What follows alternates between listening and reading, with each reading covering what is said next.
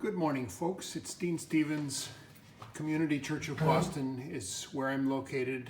I'm looking out the window. Of course, you notice the iconic Trinity Church right next to the John Hancock building, which is so tall I can't even reach the top of it through this window. But I'm on the 5th floor of the church's building on Boylston Street to give you a sense of the bizarre ness of this pandemic moment. It's 9 a.m. In Copley Square in Boylston. There's almost no cars whatsoever. Just that is my car, and it's the only one parked on this side. It's a pretty quiet scene.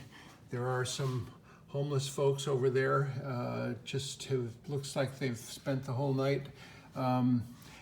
Copley Square is a gathering place for a lot of folks who are in pretty tough circumstances, as well as the fancy real estate that you see all around. This is the 5th floor where we have brought the archives of the church. They were for decades stored on the 4th floor, then they went down to the mezzanine and they were stuffed in a broom closet. We managed to get an office space for them, about 80 square feet on the 4th floor, where they were for 4 years. And finally, when this floor was vacated and we were not able to rent it or use it because it has some important work that needs to be done, windows in pretty rough shape, a sprinkler system that will be installed soon. This was our moment to really lay the archives out and bring them into the light. This is our 100th anniversary, and these are sort of our keynote historical documents. This is binders, one for each year of Community Church's existence. Seasons, this church season started in the fall and went through the year into the summer when we knocked off for the summer months. The earliest ones are right here, 1931 to 28 to 31, and under that is another one that's 26 to 28. It goes on. They're in pretty rough shape, but it's all there. All of these books, binders, one for each year. Over here, this is just how I laid them out. They are in, let me turn this right. This is the 60s and the 70s, 80s, time of Bill Alberts, and then we come into more recent years in the 90s and the 2000s. We sort of lost our discipline of keeping the binders for a little while there, but here are the new ones that Crystal Rollins Jackson and I have been compiling, one for each year, for the past 4 years, and we have a 5th one that's this present year that we haven't completed yet. It has the graphics and the information and the bulletins. It also has the yearbook each year. I just really commend Crystal for her help with compiling and getting us back into the discipline of keeping a good record of what we've done. I want to take you from these binders to some other binders in here that are we call them our Publicity Binders, and I thank Ron Elbert for putting these in chronological order all the way up here. These are both clippings of ads that we put in the newspapers, as well as of previews of services that were going to be had and speakers that we're going to be hosting. And there were also articles about Community Church. I happened to open this one here, and here is it's an article about Lothrop in 1957 and his very tempestuous relationship with the State House's House Un-American Activities Committee, where he testified. He gave a fiery speech, kind of a have you no shame speech. targeting about the fact that they had targeted a bunch of community church members and interrogated them. Among them, Abe Cohen, for example, who passed in the past few years. So we still remember that era in the memory of some of our members. Here's a lot of documents from Bill Albert's time here during the 80s. This is a whole lot of financial and fiscal documents. I want to just pick up one of them. This is from the year 2000. It looks like it's a big fat audit that we did. Fiscal documents and a lot of financial information in here. So I want to show you lots of these boxes are the correspondence of Donald Lothrop, who was our minister for 39 years, 1936 to 75 approximately. Lots of correspondence with all kinds of people. It's very well chronologized and alphabetized. Over here are minutes of the board. They're not in chronological order, and some of them are not in binders either, and it would be a great task and a great history lesson for us to go through all of these documents and put them in order and read them and find out about the different eras where and what kind of struggles we were going through and what kind of challenges we were facing. There's also minutes of a lot of other committees. We had a fellowship committee. We were very fond of throwing parties and hosting events and forums and talks, and still there as far as that. But there's minutes of the sewing circle. There's minutes of the fellowship committee, minutes of the literature committee. We had very extensive literature tables where we sold books, and we also sold publications. These are all publications from the community church over the years. A lot of them were our newsletter. Each one had some kind of transcript of a previous speaker, or we had an annual fund drive that we would send out that was someone's address to community church. This was Robert Mirapol talking about Sacko and Vanzetti and the Rosenbergs and Mumia Abu Jamal, 1996. Lots of publications. It would be great to compile some of them into a book sometime. So I go on to a run through of some just miscellaneous documents that I've tried to put in some order. This one is called What is CCB? It's a lot of writings over the years from ministers, very eloquent writings about trying to define what the hell it is we are and how it is that we're different from other churches. Here is just a mention about our voluminous and enormous efforts in fund drives and canvassing members to raise funds to make the church be able to keep running. It was just an enormous effort that a lot of people worked on very hard. GBIO is Greater Boston Interfaith Organization. David Olson was the president of GBIO, and we were very active with them. Here's more documents about the Massachusetts House Un-American Activities Committee and the address that Donald Lothrop gave to them was 1958 at the State House. It's really a marvelous piece of writing. Here's some things about the Rosenbergs. This is transcripts of the Supreme Court appeal of the Rosenberg case. Lothrop, our minister for 39 years, worked very hard to save their lives, put out a petition signed by many ministers to save their lives. This is called the LRPC, Long Range Planning Committee, which was an enormous and thorough piece of work that the church, that a church committee did in 1987.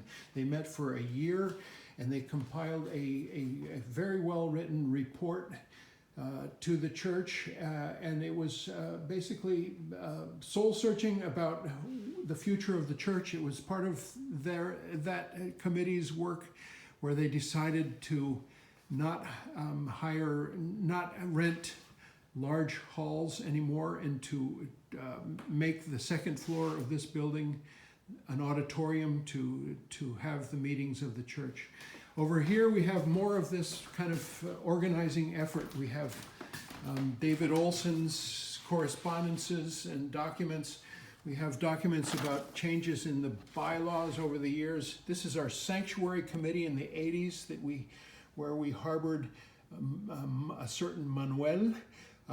There's been a lot of interest in our documents around sanctuary. We were a pioneering church in providing sanctuary to politically persecuted individuals, like, for example, Manuel here lived for 2 years in the church's third floor, I believe, and there he is wearing a mask the same way that we all are wearing masks during this pandemic. Here's documents around our prison membership program, which we still have. Here's the Gallery of Social Political Art, which was led by Yosh Sanborn Matsu, who painted those beautiful large paintings that are in our auditorium. Here's an experiment that we had for 1 year. It was called the Justice School. It was our effort to start a Sunday school for kids. We had about 7 or 8 kids who would come every Sunday with their families and learn our take on religious social education. Sacko Vanzetti documents, community voices, lyrics to songs. Willard Uphouse, director of the World Fellowship Center, extensive relationship with us. Here's documents on anniversary planning events, which we should be doing now, but we've been postponed by pandemic stuff. Here's W.B. Du Bois documents. And social action, that's a big pile of just different struggles we've been involved with over the years. Very interesting activism over the years. Here's a pile of photos. I've not even gotten a chance to look through these photos, but I noticed that on the very top is a photo of the handsome, debonair Donald Lothrop.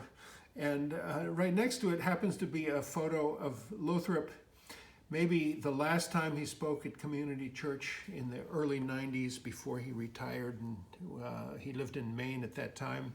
Here's a photo of some kind of meeting, ladies very nicely dressed and in interesting hats.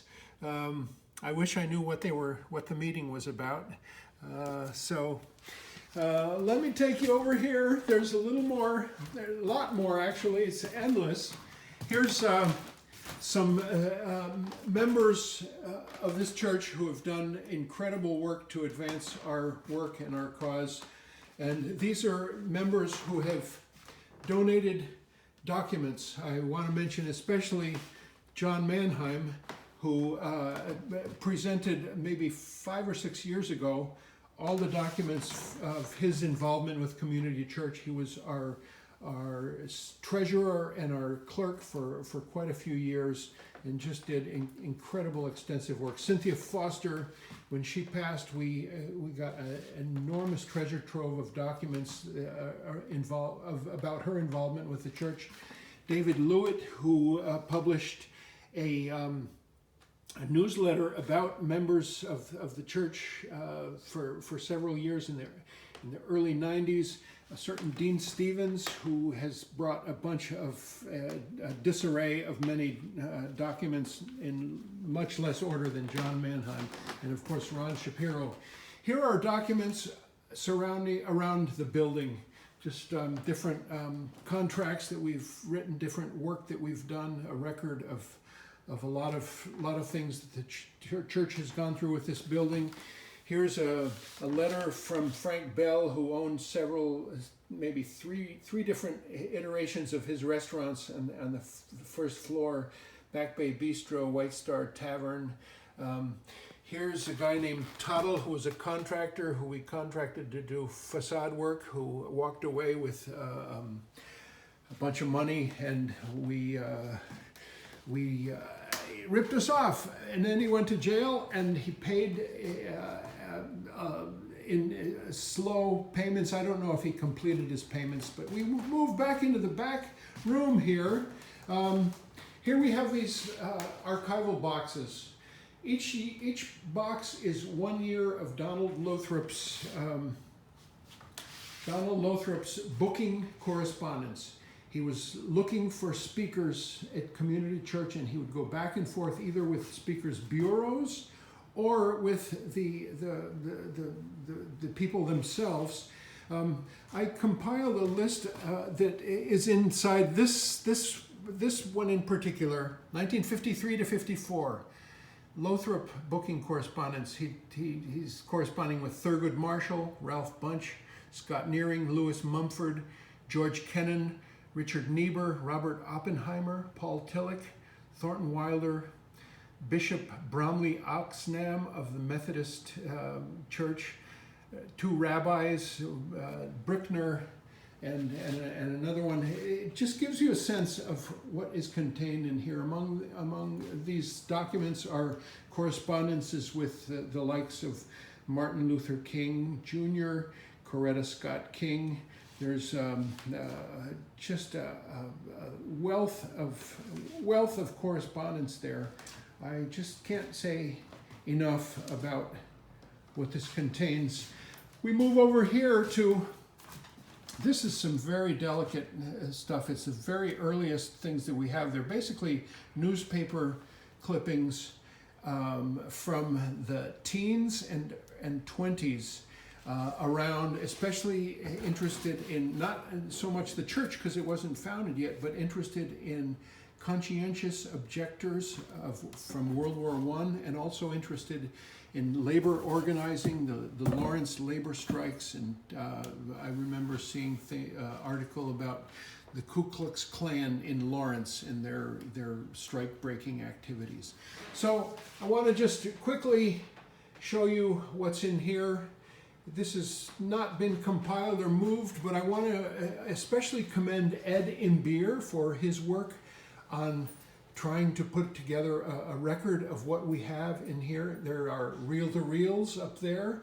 One of them I sent to have digitized and is available. It's W.E.B. Du Bois speaking at Community Church in 1959. That is available on our SoundCloud page. We also have lots and lots of cassettes. The cassettes were invented in the late 60s, early 70s, and we recorded a lot on cassettes. And there's also tons of VHS cassettes as well. I look at these two. I want to point out, especially right here, Jose Antonio Soler, who spoke here several times. He's a Puerto Rican independence activist from New Bedford. He passed recently. Jose Antonio Soler Presente. I see also Matt Dumont, who spoke many times at Community Church. I see Loretta Williams. I see Jean Gallo. Hi, Jean. I hope you're watching this. Barney Frank is up there. Attorney Margaret Winter, Anna Morgan, Ruth Seidel, Joyce King, Bernie Metzger, Dirk Struick, Decima Williams. It's just so much here, and I just can't say enough.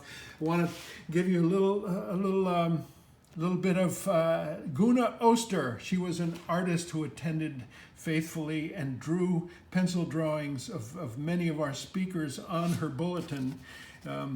This one is especially interesting because it's a certain Mildred Jefferson, MD. She was a clinical instructor in surgery at BU School of Medicine general surgeon on the staff of University Hospital, very noted pediatrician and surgeon. She spoke in 1973. Of course, that was the year of Roe v. Wade, and she was very against Roe v. Wade. We gave her a forum, and I just mentioned this as a way to say that Lothrop especially was interested over the years in hearing from people that we didn't necessarily agree with. I think of other members of this 1950s House Un-American Activities Committee that he invited to come and speak at the church and speak their mind.